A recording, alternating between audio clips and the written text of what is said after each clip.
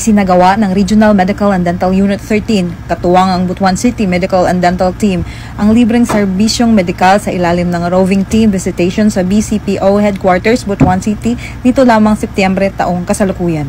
Pinangunahan ang aktibidad ni Police Lieutenant Colonel Neil Mark Imanzala, Acting Chief ng RMDU 13, kasama si Police Lieutenant Dicely C. Terzona, Team Leader ng BCMDT, katuwang ang mga medical staff at support personnel mula sa BCMDT.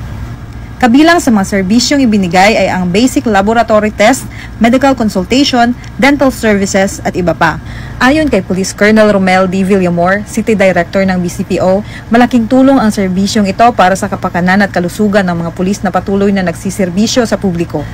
Ang mabuting kalusugan ng bawat personnel ay mahalaga upang mas mapalakas pa ang ating serbisyo para sa mamamayan.